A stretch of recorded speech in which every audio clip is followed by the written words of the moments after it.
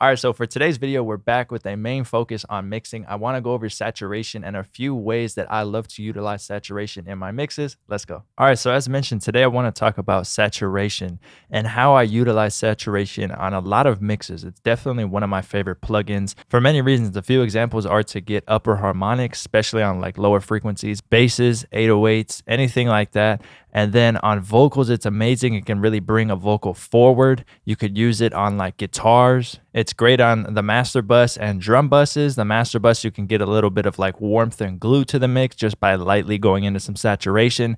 But there's so many ways to utilize it. And today we're going to cover a few, specifically in this beat that I recently put out. There'll be a link in the description if you want to hear the full beat. And on this beat, I utilized it in a few different ways. So I went ahead and took it off the beat, but I want to go ahead and go over it. So we're going to go over a few examples of using saturation and a couple different saturations to get what we want out of the mix. So let me show you the beat first.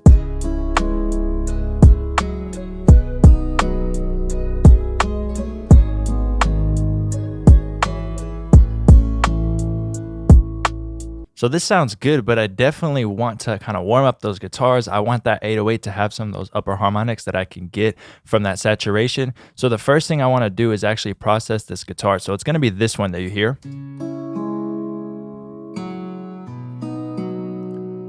And it sounds good. I did a lot of moves with velocity to kind of get it to sound real, but I kind of want it to have a little bit more warmth. I want it to kind of sound like it had a little bit of analog gear used on it if possible. So what I'm going to do is actually get a saturation plugin to do this. So I'm going to go into waves and I'm going to use Cramer tape for this. I have J37, Cramer tape, Decapitator.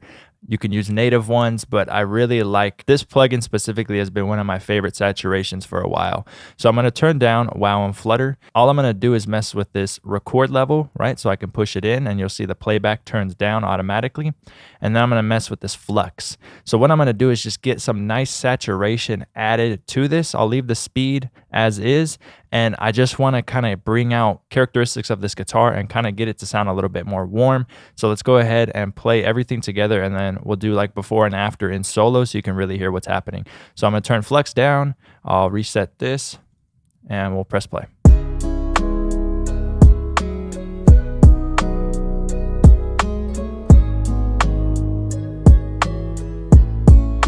Watch me over exaggerate it.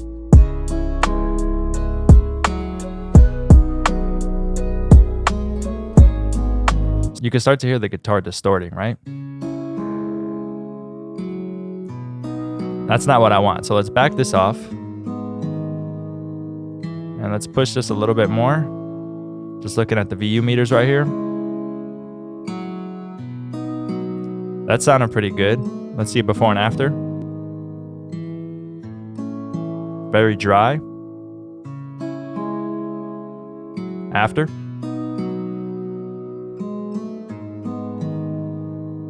It made it bigger, it made it warmer, it actually kind of made it sound wider, and then it made it sound like it has a little bit more room. It kind of accented the reverb that I had on the guitar, which is actually inside of the VST itself.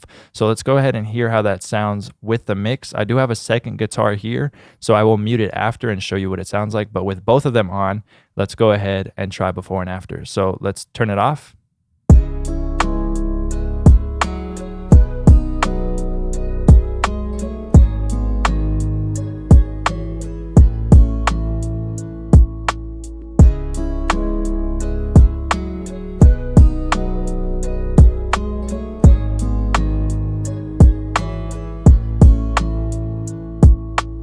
So it'll be taming a little bit of those peaks as well. So as you could hear, it really just brought that guitar even more forward. So what I'm going to do is mute this guitar so that you can hear the guitar by itself. We'll do before and after again, and then we'll move on from there.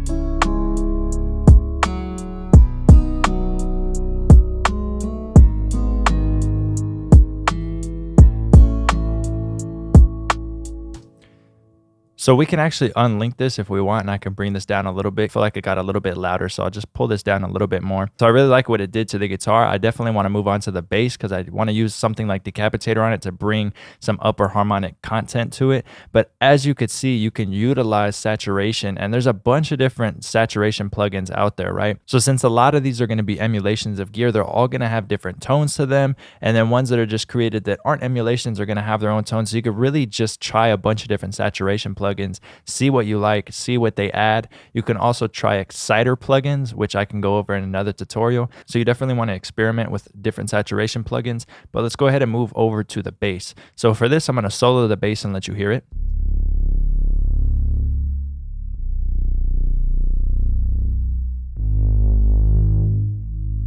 So as you can hear, it's not all just low frequencies, right? There is a little bit of upper harmonic content to it because this bass, when created, did have a little bit of saturation or distortion added, but I definitely want to accent it more.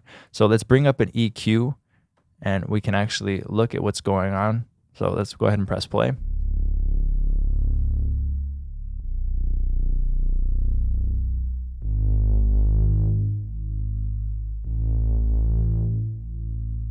So you can see it does have mid-range and it has higher mid-range as well, but I want to accent that even more. So I'm going to show you what it's going to do when we actually add some saturation to it. So we'll go ahead and press play. I'm going to go over here and put the EQ after so we can see what it's doing. And I'm going to get Decapitator, which is another one of my favorite plugins as far as saturation goes. And it has a bunch of different settings and styles you could choose. We can select Neve, and then we can go ahead and push the drive in. We have tone for darker, brighter. We have a low cut if we want to cut out, you know, up to 30, 40, 50 hertz, all the way up. We're at like 100 right now, all the way up to 1K. And then we have a high cut, which is going to cut out high frequencies, right? Starting at 20K, and you can go down to 1K as well, where that crossover is at.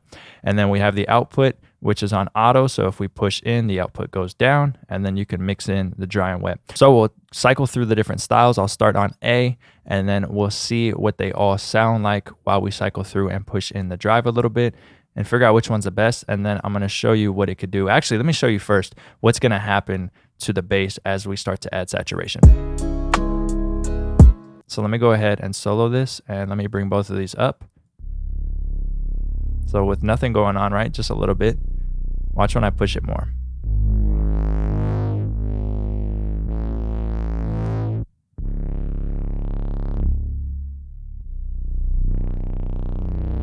So what you'll start to see is as I push the drive in, those upper harmonics are being accented and more being created, and you start to see and hear this bass in higher frequencies. So what I'm going to do for this is just press play and start to push this drive in until I think it sounds good. I don't want to, you know, go crazy on it, but I just want to get it to kind of be up front a little bit more, get some more upper harmonic content to it, and it's going to translate a lot better on smaller speakers that might not be picking up those super low frequencies. So let's go ahead and start.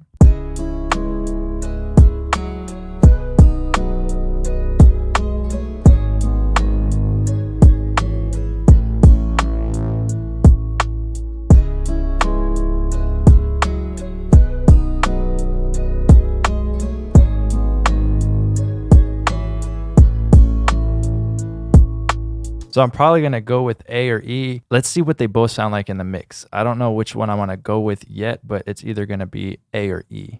So let's go ahead and play the whole mix.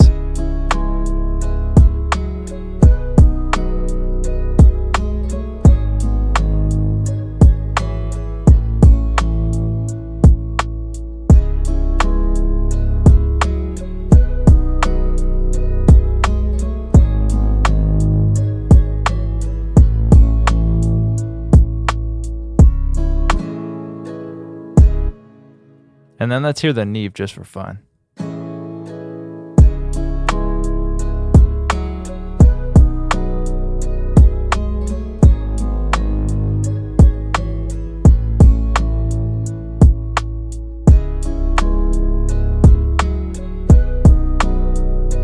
So I'm personally going to go with E, and I'm going to actually turn auto off, and I'm going to back this off a little bit because I feel like it's a little bit louder. and we'll leave it like this. It brings more of the higher frequencies out of the bass. It makes it cut through more, and it sounds really good. So these are just 2 ways of utilizing saturation, guitar and 808. If you guys want me to cover more ways, drop a comment down below and I'll for sure do that, because there's definitely a lot of things I utilize saturation on, but this video would be extremely long if I put them all into one. So let me know down below. All right, as always, thank you guys so much for watching. If you did like this video, leave a thumbs up. You guys can follow me on all social medias at Lifestyle Did It. Make sure to hit my site, lifestyledidit.com, for everything else. Other than that, subscribe to your boy, push notifications. Thanks.